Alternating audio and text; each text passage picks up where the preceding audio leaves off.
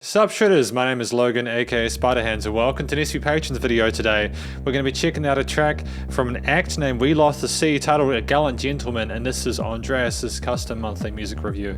And if we switch over to here, we have the track on YouTube, but just before we get into it, a little bit of background. Apparently the tracks tell the story of Lawrence Oates, an army captain and explorer who walked off into the freezing Antarctic night on an expedition gone wrong in an attempt to give his life to save the rest of his team. He knew he had become a burden on his friends. He knew their chances of survival would improve without him, so off he walked alone into oblivion. An opening track to a record that is steeped so much in the ideas of life, death and hope.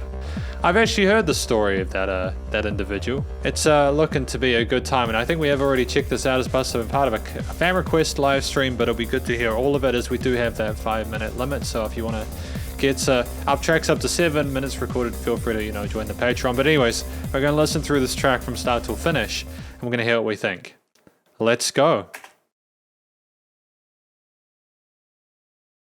Just making sure I'm recording because I did that earlier today and had to re-review an entire album. It's great fun.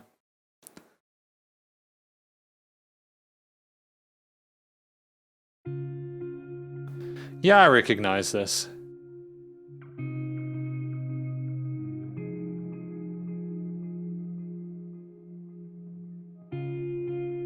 The chains on that, the FX chains on those guitars,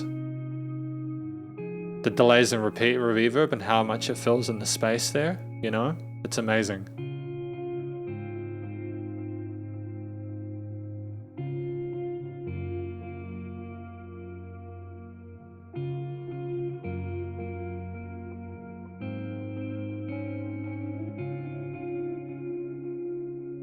It's absolutely charming, to be honest. It's absolutely charming. Just got my Nanoleaf panel being a complete pain in the butt. Honestly, my Nanoleafs that I have, they've been misbehaving a lot recently. I might need to get a new controller for them. They're the lighting thing that helps with the green screen.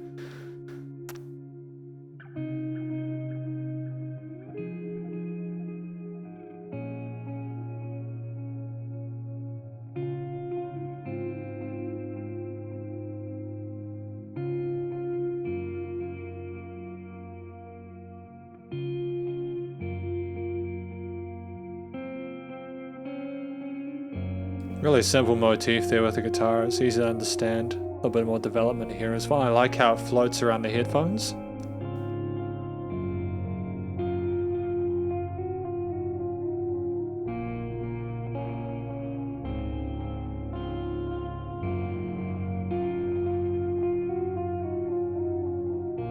It's absolutely gorgeous, to be honest. A lot of atmosphere to it. You can imagine the guy walking away from the camp.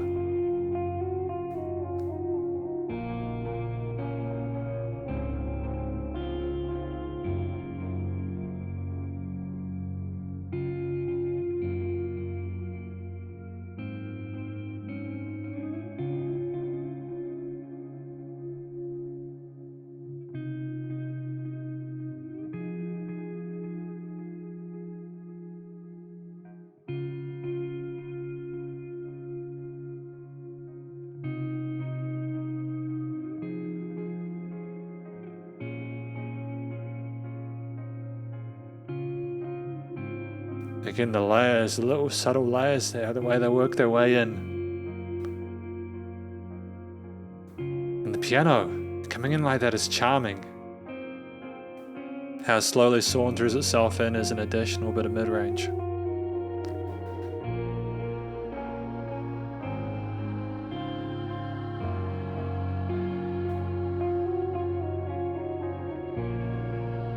So it was a choir behind them, that's cool.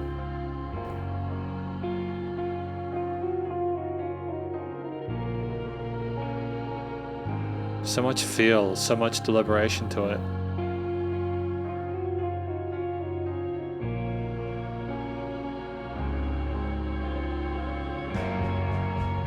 Great job with the tom fills there. Bringing it up. Let's go, let's continue. Let's see where this journey takes us.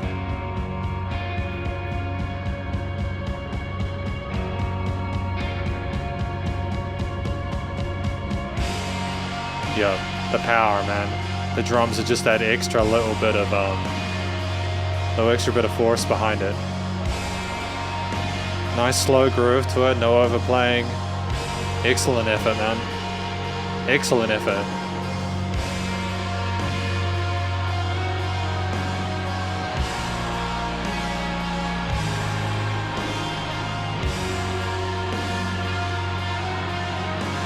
I think the inclusion of the choir adds a great extra bit of dimension to it. And an instrumental piece like this still gives you something vocal-led to follow along with alongside those guitar leads.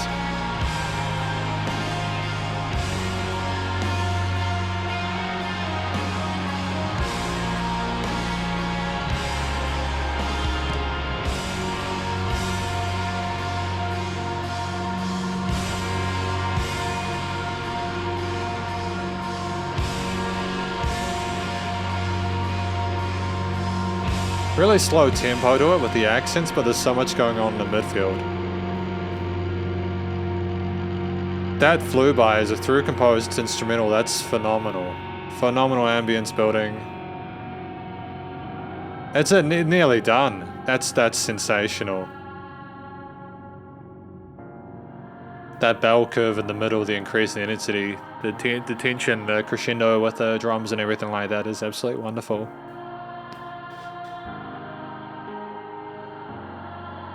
The cool thing about this is that it's music that could be used for like stuff outside of just an album release. So it could be used for like background music really, really easily. It could be used for a lot of other bits of function. It's really smart music to make.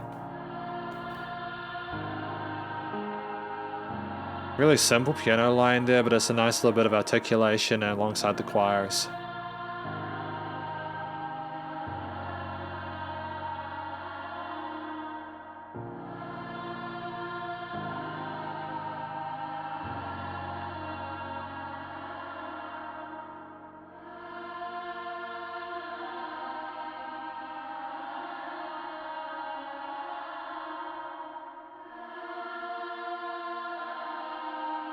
Charming.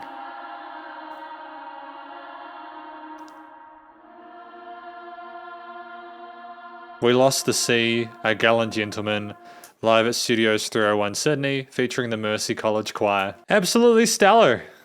Lots of love for that. Because this is the conclusion of my review of this track from We Lost the Sea, titled A Gallant Gentleman, which was about a man who realized he was a burden to his crew and went off and sort of sacrificed himself for the sake of the team. I cannot imagine what that would have been like. I literally have chills going down my spine right now, thinking about what that would have been like. And I think that this band articulated that sort of ambience, that scenario incredibly well. I think it's something you could kind of imagine without needing to know the context of what the song is about.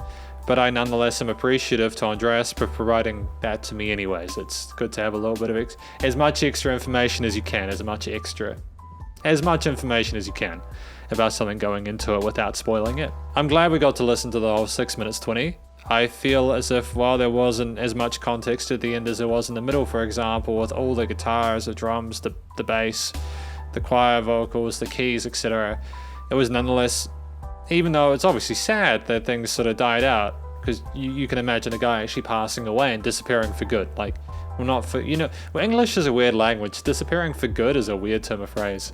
Disappearing, just disappearing. I think that the way to explain this track in regards to its through composed sort of functionality and structure is you have the person setting off on their journey, and as they work further and further away, the thoughts, the reality of the situation hits, and eventually that crescendo is them struggling with their last sort of breaths, their last sort of steps. And then you have the pitter-patter, the realization of the new dawn of the new day, that they're lost, they're gone. But they made that sacrifice for their team so that they could get away. And I think that's a really beautiful thing to write a track about.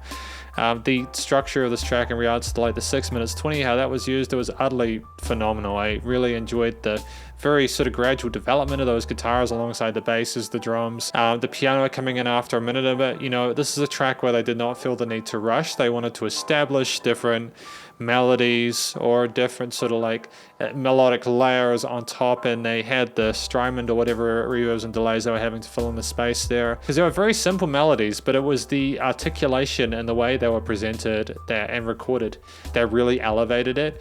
Because it's not like we had the piano come in at the volume it did did in the middle, there was like the automation of the volume of the piano as it went across, and it was a masterclass in how to incorporate sort of reasonably simple layers into a piece that's bigger than the sum of individual parts. It's beautiful. Like, I think that there was this almost sort of bittersweet tone to the track in general.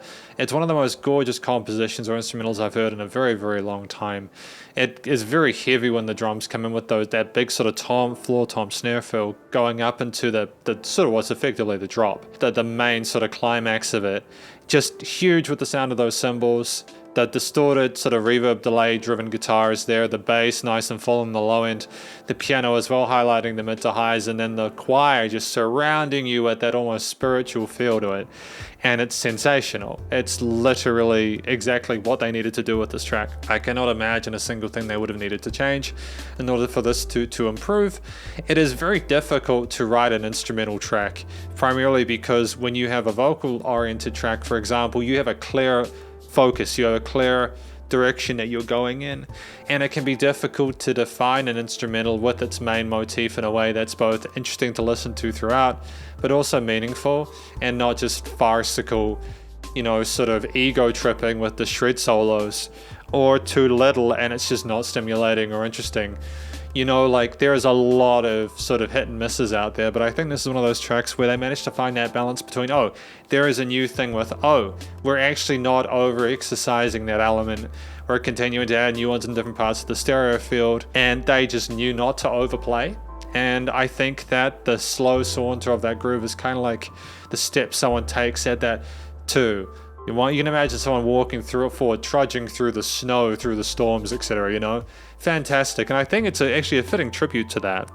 I think it expresses that, again, to sacrifice the glory of that gallant gentleman who had to pass away in order for the others to survive. I think that it complicates those emotions really. Not complicates those emotions. It communicates those complicated things very well in a way that's very mature and shows a phenomenal understanding of music theory and composition and an innate chemistry between the members involved. I really liked the way it was recorded, mixed and mastered. The post-production was utterly sensational. We had musicians here who absolutely floored with the quality of their performance and also the way the instruments were recorded. Like the filtering and EQing of various guitar bass parts with the guitars being totally soaked in effects, they still had a place and a permanence there without overstaying their welcome there. They made great use of space in the beginning. There was phenomenal dynamic range to the mix. And when the drums came in, there was a ceiling that they hit that they never sort of crushed up too much against. It was nice and loud, but without becoming boisterous. It was respectful to what had come before it. And I really appreciate the size of it, the depth of it, being submerged in the music through the use of things in all sorts of parts of the stereo field. There were no resonant frequencies in the frequency spectrum. It was just really incredibly elegantly produced, and I think that they knew exactly where to niche certain elements in the frequency spectrum in order to make it sound that big. And again, it was just each part had a place and a story to tell, and there was nice niching and segmentation of things, but they also had enough sort of like compression and sort of leveling, like things to keep it sort of a bit of reverb there, just to kind of get it stuck together. The gluing was done well. The limiting and compression was phenomenal. While there were changes in perceived loudness and dynamic range, it was nice and loud without pumping. And that is my review of this track, my SP Patrons video of this track. We Lost the Sea with their track A Gallant Gentleman. Hopefully you enjoyed it. If you did, please do go check out their various social medias and their YouTube page, and stay cool and stay safe. And please remember to support your local musicians and artists at this point in time, as they need the help more than ever with all the crazy stuff going on in the world. And I will catch you in the next SP Patrons video. Spider hands out.